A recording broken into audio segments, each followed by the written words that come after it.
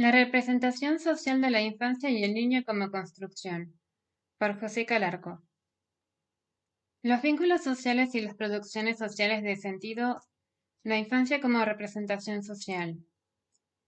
Los miembros de una sociedad se encuentran ligados entre sí y comparten de esta manera el sentimiento de pertenencia a un colectivo social. Podemos decir que lo que sostiene a este sentimiento de inclusión y además construye vínculos afectivos entre los integrantes de una sociedad son las producciones colectivas de sentido, es decir, los saberes, las creencias, las normas y los valores con los cuales los sujetos construyen e interpretan la realidad. A partir de estas producciones, una sociedad comparte determinadas ideas que hacen a su funcionamiento y cohesión. Por ejemplo, ¿qué es una mujer? ¿Qué es un hombre? ¿Qué es la patria? Etcétera. Vale aclarar entonces que lo que llamamos realidad es una construcción que se produce a partir de estos significados compartidos. En un colectivo social hay diferentes construcciones que circulan alrededor de una idea. Por ejemplo, ¿qué es ser una mujer? Varía en diferentes grupos pertenecientes a la misma sociedad, aunque de acuerdo a relaciones de poder, algunas de estas ideas va a prevalecer o será la más aceptada. Ahora bien, es importante destacar el valor de estas construcciones compartidas, ya que a partir de ellas se instalan e instituyen maneras de sentir, formas de actuar y de pensar.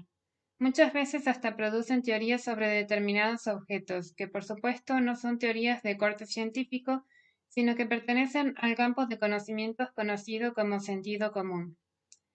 Inclusive estas teorías o saberes muchas veces se contradicen con el saber científico, pero al estar dotadas de un afecto muy intenso son difíciles de revertir y se sostienen con el transcurso del tiempo.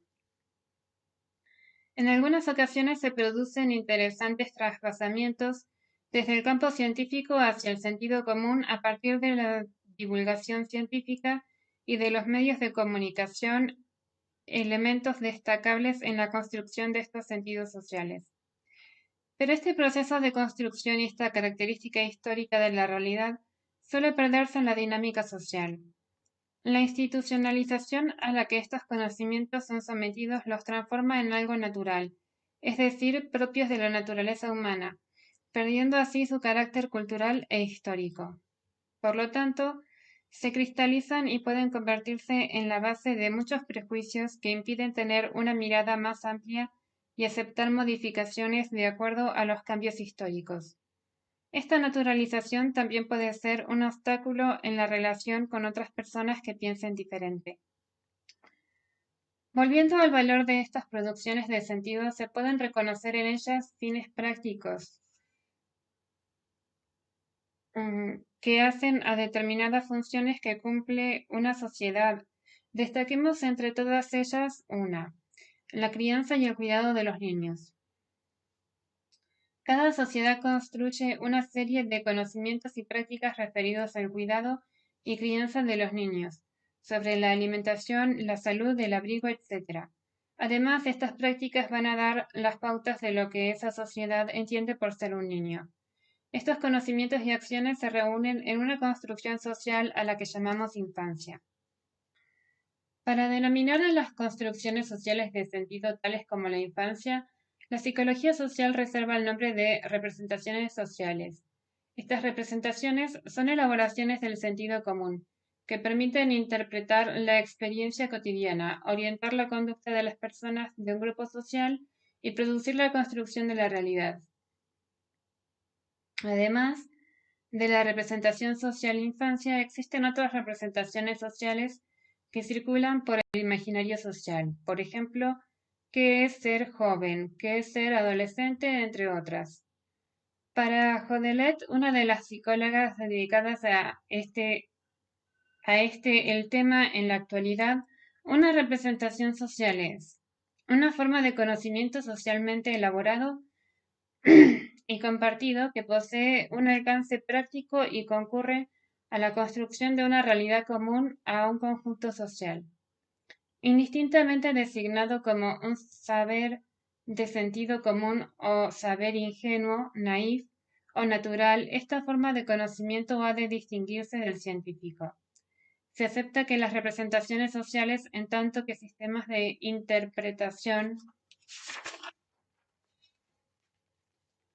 que rigen nuestra relación al mundo y a las demás personas, orientan y organizan las conductas y la comunicación social. Asimismo, intervienen en procesos tan diversos como la difusión y asimilación de conocimientos, el desarrollo individual y colectivo, la definición de la identidad personal, la expresión de grupo y las transformaciones sociales.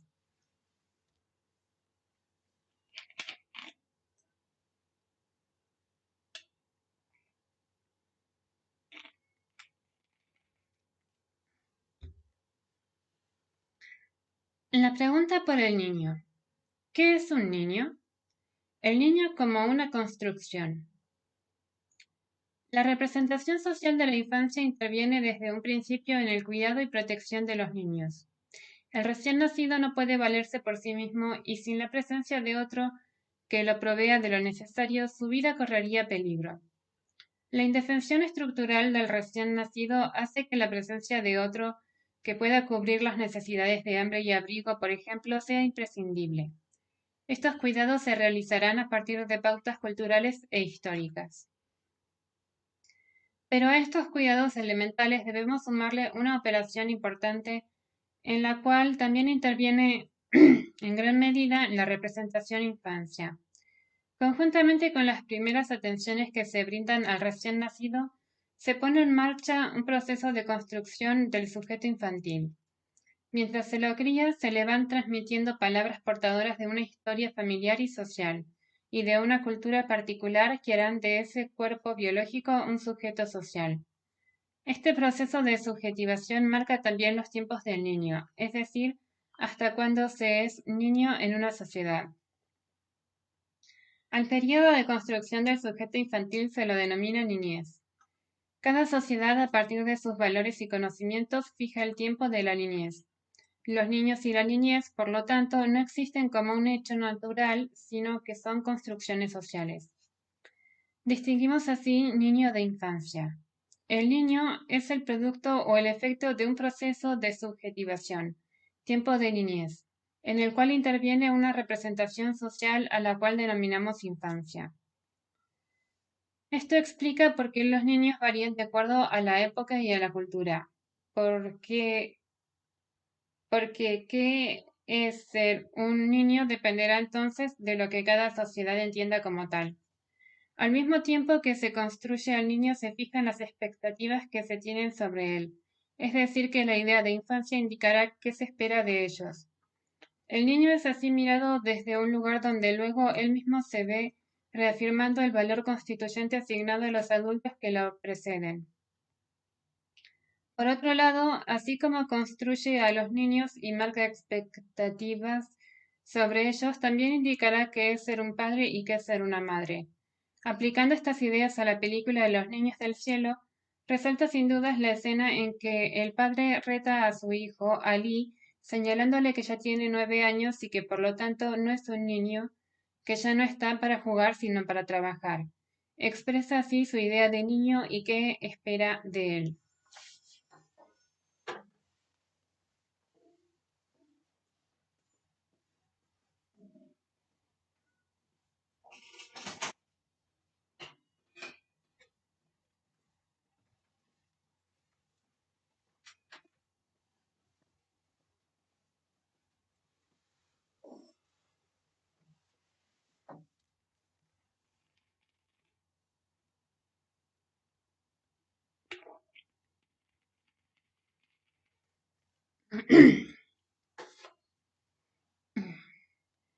Más allá de la representación social, los niños y el jugar. Y hablando del jugar y de los niños del cielo, algo hay de insistencia en la película que nos remite también a la idea de niño. Los protagonistas de la película no juegan, han dejado de jugar, o mejor dicho, su juego se vio interrumpido por los apremios de la vida. Por lo tanto, para nosotros su infancia, su tiempo de niñez está interrumpido, porque uno inevitablemente asocia niño con juego, Casi se puede decir que un niño es un ser que juega. Y esta idea del juego nos permite ir un poco más allá de las representaciones sociales, para ahondar en aspectos más precisos y teóricos del concepto de niño. Ya dijimos que el niño está asociado al juego, pero aquí cabe una pregunta. ¿Qué es el juego? O mejor dicho, ¿qué es esa actividad que Winnicott llamó el jugar? ¿Todos los niños juegan? Establezcamos algunos elementos de ese jugar aclarando primero que nos referiremos a los juegos posteriores a ese momento lúdico que Freud llamó Fort-da. Para ampliar el tema, recomendamos la lectura del libro El jugar es cosa seria de Clemencia Baraldi. No todos los niños juegan. Algunos, como nuestro protagonista, ve interrumpida su capacidad de jugar por apremios de la vida, ajenos al mundo de la infancia. Otros, carentes de la posibilidad de jugar, solo se limitan a mover mecánicamente objetos o a formar colecciones sin ninguna actividad simbólica. Citemos entonces algunos elementos que nos den la pauta de una verdadera actividad lúdica. En primer lugar, la existencia de una palabra creadora de un juguete, de una metáfora. Se trata de un juguete construido por el niño, de una lapicera que se transforma en una nave espacial o de un trapo que se convierte en la capa de una princesa. Es una metáfora que, puesta al trabajar, da vida y función a un objeto en una nueva dimensión. Además de la fabricación del juguete, también se construye la escena el como si, escena que da marco a los personajes y de la cual se puede entrar y salir. Se trata de una ficción que establece otro orden, precisamente el orden del juego. Por último, citemos la repetición como otro valor de la escena del juego.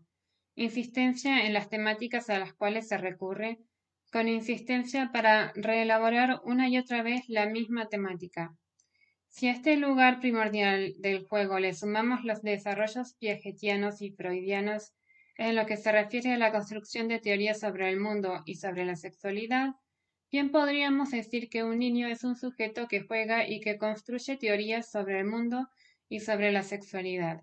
Teorías que, si bien no son socialmente aceptadas desde su validez epistemológica, dan cuenta de importantes intereses cognitivos y afectivos.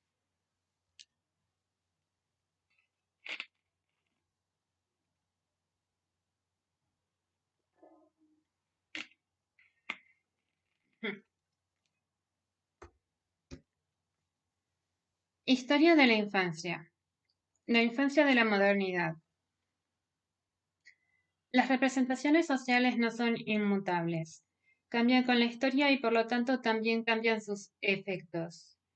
Varios autores se dedicaron a investigar el concepto de infancia en determinados periodos de la historia. Uno de los primeros trabajos al respecto es el publicado en 1960 por Philip Ariès, El niño y la vida familiar en el antiguo régimen. En este trabajo, Ariès postula la inexistencia de un sentimiento especial de infancia en la Edad Media. Basándose en la iconografía medieval y en algunas obras literarias, Ariès concluye que lo predominante de esa época con respecto a los niños era una visión adultiforme, constatada en las representaciones pictóricas del niño Jesús. En esa época no se representaba a los niños, pero cuando había que hacerlo por temáticas religiosas, aparecía con las características de un adulto en miniatura sin ningún rasgo infantil. La infancia era un pasaje sin importancia, no existían mayores distingos entre el mundo de los niños y el de los adultos, y según Ariès, una vez alcanzada por el niño cierta movilidad y habilidad, era incorporado al mundo del trabajo y de las diversiones de los adultos. Tanto el trabajo como la diversión se ponían en práctica sin contemplar diferencia de edades. El niño era la forma inmadura de un adulto. No había escuela ni se pensaba en un tiempo infantil ligado a la formación y educación.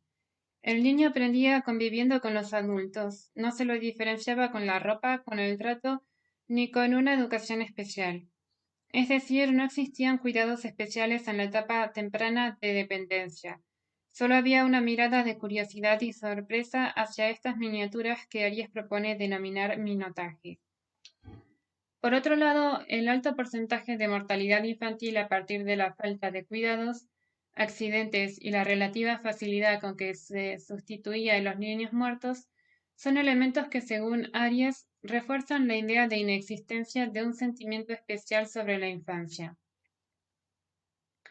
Otros autores, en cambio, a partir de elementos históricos como excavaciones arqueológicas y otro tipo de investigaciones pictográficas, refutan la tesis de Aries en tanto sostienen la existencia de un sentimiento especial sobre los niños, aunque reconocen diferencias entre los niños de origen noble y campesino. Por otro lado, estos autores no desconocen la existencia de los denostadores del mundo infantil que, siguiendo antiguos preceptos, veían a los niños como representantes del pecado original. Otro historiador, Lois de Mauss, estudia las prácticas de crianza en diferentes épocas para concluir que la historia de los niños está llena de crueldades, castigos y maltratos, y que solo comienza a humanizarse a partir del siglo XVII. De Mauss dice que los adultos se vinculaban con los niños a partir de tres reacciones: hostilidad por considerar al niño es un ser demoníaco, temible y pura maldad; exigencia porque los niños existen únicamente para satisfacer las necesidades y deseos de sus padres; empatía cuando reconocían las necesidades del niño y actuaban para satisfacerlas.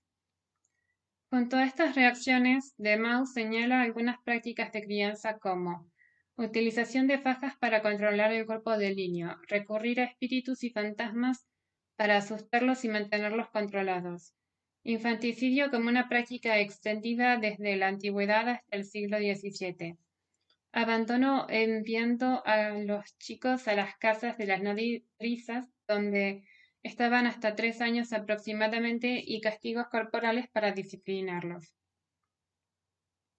Por supuesto que estas reacciones y pautas de crianza variaban de acuerdo a cada padre y a la clase social. Más allá de estas diferentes construcciones y enfoques, todos los autores coinciden en situar a la modernidad como etapa en la cual se va a configurar, a partir de un contexto histórico determinado, un sentimiento especial de infancia, que va a perdurar más allá del cambio de algunas características hasta el siglo XX.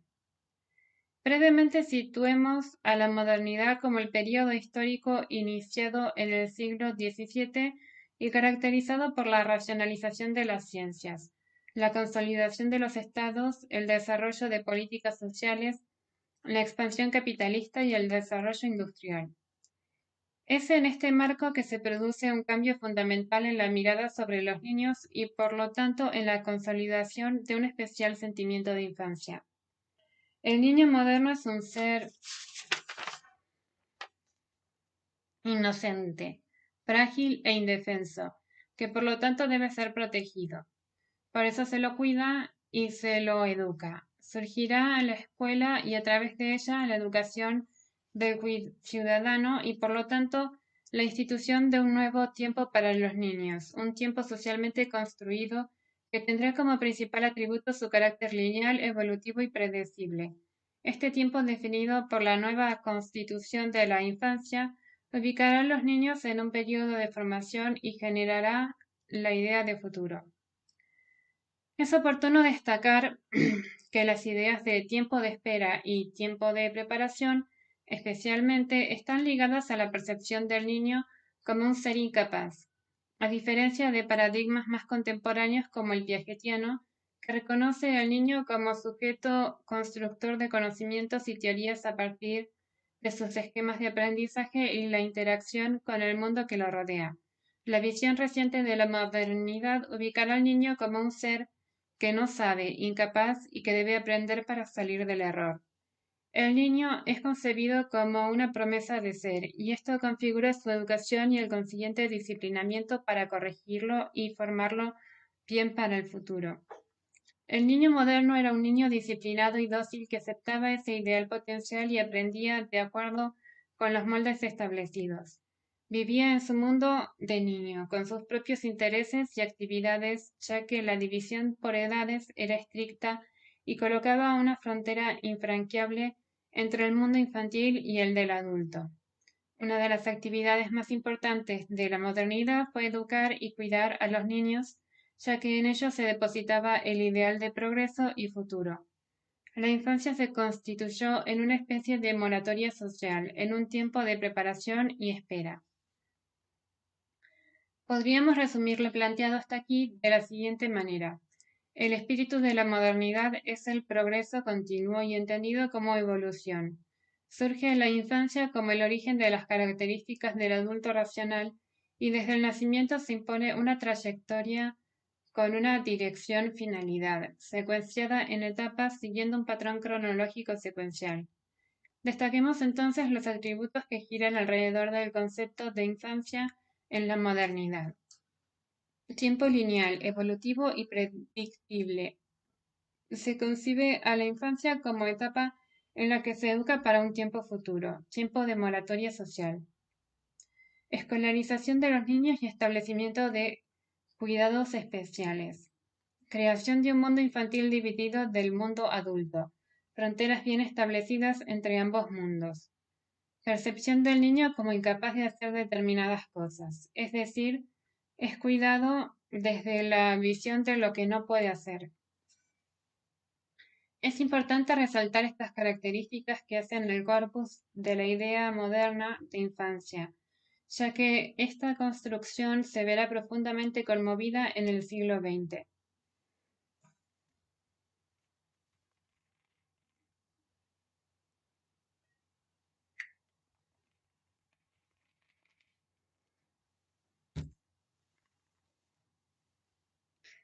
Factores contemporáneos que ponen en cuestión el discurso moderno de infancia. Problemáticas actuales de la infancia. Varios son los factores que tendrán un fuerte impacto sobre la idea moderna de infancia.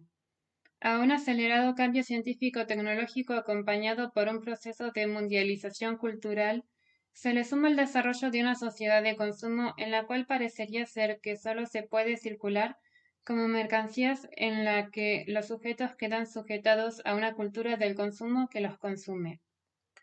A estas características mundiales se suma en nuestro país y en el resto de Latinoamérica la configuración de una nueva estructura social.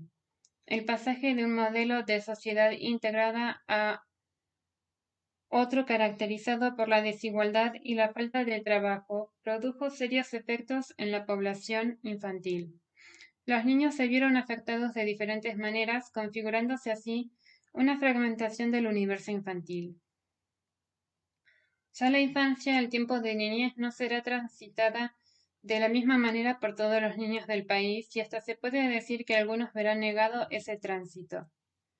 Por otro lado, el siglo XX, caracterizado como el siglo del niño, produjo un importantísimo desarrollo teórico alrededor de los niños, que al popularizarse e incorporarse al imaginario social, modificaron las pautas de cuidado y crianza. Estos hechos dejaron profundas huellas en el proceso de subjetivación de los niños. A partir de las características contemporáneas enunciadas más arriba, se generaron nuevas figuras infantiles, se expandieron otras que ya existían y se generaron nuevas problemáticas alrededor de la figura del niño. Vamos a realizar una breve descripción de estos factores para valorar con más detalle el impacto que tuvieron sobre la idea de infancia y los procesos de subjetivación que de ella se desprenden. El siglo XX es llamado el siglo del niño. En él se producen grandes desarrollos teóricos que amplían el campo de conocimiento sobre la niñez. Desde diferentes campos, la psicología, el psicoanálisis y la medicina, los estudios sobre el niño se suceden conformando un campo novedoso de investigación y estudio. Es el siglo de Freud y de Piaget.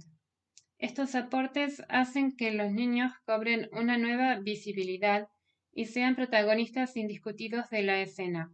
Para dar una idea del impacto de estas elaboraciones teóricas, podemos destacar los aportes del psicoanálisis, que al introducir el concepto de sexualidad infantil, produce un cambio radical en la mirada sobre los niños y en la concepción de infancia, al tiempo que genera un vasto campo de trabajo clínico investigativos para futuros psicoanalistas de niños. Winnicott, Dolto, Manoni, por citar algunos. También son de suma importancia las investigaciones de Piaget, quien a través de un trabajo sistemático y minucioso pone de manifiesto las formas en las que los niños se apropian del mundo, construyendo conocimiento sobre él a partir de la experiencia e intercambios con el medio. Es decir, presenta a un sujeto infantil que nada tiene que ver con un ser incapaz y pone de manifiesto que lo que desde el mundo adulto se entendían como errores eran en realidad teorías sobre el mundo en permanente cambio hacia la constitución de un conocimiento socialmente compartido. A este importante desarrollo teórico se suma que el 20 de noviembre de 1959 la Asamblea General de las Naciones Unidas aprueba la Declaración Universal de los Derechos del Niño y del Adolescente, que mucho después fueron incorporados a nuestra Constitución Nacional y convertidos en ley. Pero el siglo XX es productor de una gran ambivalencia. Junto a los desarrollos teóricos nombrados anteriormente y al reconocimiento de derechos especiales de los niños y adolescentes, el siglo XX se presentó como escenario de verdaderas tragedias infantiles. Guerras, hambrunas y enfermedades han hecho y hacen imposible a muchos niños el tránsito por la experiencia infantil. En nuestro país, el proceso de empobrecimiento inédito sucedido en las últimas décadas provocó que la población infantil en su conjunto comenzara a experimentar un sostenido deterioro económico respecto de la generación de sus padres. La crisis económica y el consecuente empobrecimiento de la población golpea con inusual crudeza a la infancia, que ve desmejoradas notoriamente sus condiciones de salud, educación y nutrición. La mayoría de los niños ven dificultado el tránsito por el tiempo infantil y para otros es directamente una experiencia imposible de realizar. Surgen diferentes maneras de transitar la infancia. Niños cartoneros que solos o acompañando a sus familias transitan las calles de la ciudad durante todo el día. También niños trabajando en la calle, cuidando autos o limpiando vidrios en las esquinas. El número de niños que viven en la calle aumentó de manera exponencial y parece no detenerse. Según datos del Instituto de Estudios y Formación de la CTA, mayo del 2002, en octubre del año 2001, el 55,6% de los menores de 18 años eran pobres y prácticamente el 60% de los pobres eran menores de 24 años. Pero en mayo de 2002, 8.319.000, el 66,6% de los menores de 18 años eran pobres. En mayo del 2002, el 33,1%, 4.138.000 de los menores de 18 años vivían en la indigencia y la cifra ha ido creciendo desde entonces. Además del total de menores pobres e indigentes, prácticamente el 40%, 3.295.890, se concentra en el tramo de la edad entre 6 a 12 años. El 30%, 2.581.099 entre 13 a 18 años y casi el 29%, 2.442.011 hasta 5 años. La dramática emergencia de la niñez en la calle y de los niños que acompañan a sus padres en diversas tareas de subsistencia es el resultado de los procesos de empobrecimiento económico-social producidos a partir de la implementación de políticas neoliberales, que provocaron un aumento significativo del desempleo y la destrucción de un amplio sector del aparato productivo. Los niños en la calle y los niños cartoneros representan la eficacia de un modelo de expulsión social de amplios sectores de la población. En el sector rural, los niños se incorporan al trabajo desde una temprana edad. Primero hacen tareas domésticas y cuidan hermanos menores. Luego participan en actividades de cosecha y procesamiento de productos agrarios y alrededor de los 13 o 14 años trabajan regularmente en las quintas. antes y durante los meses en que se agota lo producido por la explotación, el menor sale de su hogar para realizar changas en otras explotaciones. Pero en definitiva, el trabajo infantil cuestiona directamente la idea de moratoria social, de tiempo de espera y pone en duda la frontera establecida entre el mundo adulto y el infantil. En cuanto al consumo destinado al mundo infantil, podemos decir que representa a las aspiraciones de las clases medias altas. En el nuevo escenario socioeconómico de los años 90, aunque este imaginario de acceso al consumo permeó al conjunto de los sectores sociales. Los medios de comunicación cumplen un rol importante en la transmisión de valores de consumo. El despliegue de la problemática del consumo infantil resultó del proceso de transnacionalización de la economía, la estabilidad monetaria y el programa de convertibilidad aplicada en los años 90, que propiciaron nuevas prácticas económico-culturales de los niños y sus familias. Procesos y políticas económicas que, por otra parte, condujeron a la explosión de la pobreza infantil como fenómeno estructural durante esa década. En paralelo al niño pobre circula una nueva figura, la del niño consumidor, objeto resultante del capitalismo actual. Los bienes destinados a la infancia se han multiplicado, generando así un mercado de enormes dimensiones. El mundo mercantil destinado a captar al niño como cliente mueve millones por año. Los niños han pasado a ser clientes de una empresa, consumidores de objetos, de bienes culturales y de servicios de salud. Si consumen, existen; si no consumen, no existen. En este llamado a consumir, el niño es convocado a un ser en el presente y no en un proyecto de futuro. El niño debe realizarse hoy, en el presente, como consumidor de mercancías y bienes. Este nuevo tiempo de la infancia, a la par que provoca otras maneras de hacerse niño, genera una fragmentación dramática en el mundo infantil, entre consumidores y no consumidores, brecha que se suma a la producida por las nuevas tecnologías llamada brecha digital, que divide al mundo infantil en usuarios y no usuarios de las tecnologías. Para ser más precisos, debemos decir alfabetizados y no alfabetizados digitales. Así el mundo de la infancia pierde homogeneidad. La población infantil se encuentra fragmentada, marcada por enormes diferencias económicas, sociales y culturales. El niño consumidor, el niño cliente y el niño en la calle y el niño trabajador son las figuras que expresan estas diferencias. Son la expresión de dos maneras diferentes de circular por la infancia. Son dos experiencias infantiles diferentes que por lo tanto producirán otro niño, otro sujeto. Pero a la par son la expresión de una época, las formas que una sociedad en un periodo histórico determinado adoptó para constituir al sujeto infantil. Y en estas maneras actuales de constituirse niño, los medios de comunicación y las nuevas tecnologías serán generadores de diferentes modos de vivir la infancia a partir de especificar otras maneras de entretenerse, de recibir información y de aprender. La escuela ya no será el lugar privilegiado de aprendizaje de los niños. Por otro lado, estas tecnologías, fuente primera de diversión y de placer para algunos, se convertirán en otro factor de socialización al mediar entre los niños y el mundo.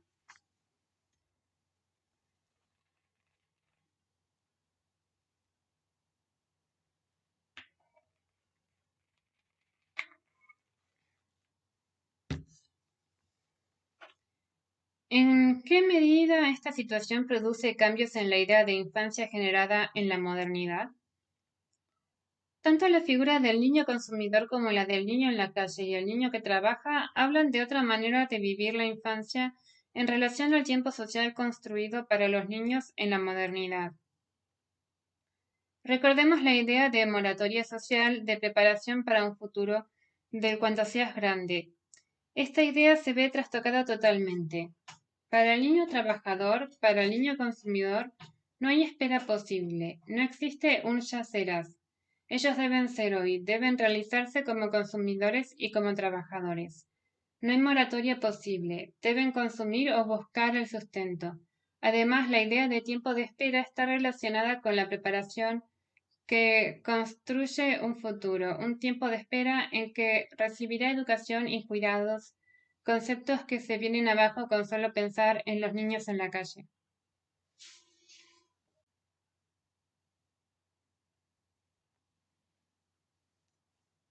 Otro aspecto que hace a la cuestión tiene a las nuevas tecnologías y a los medios de comunicación como protagonistas.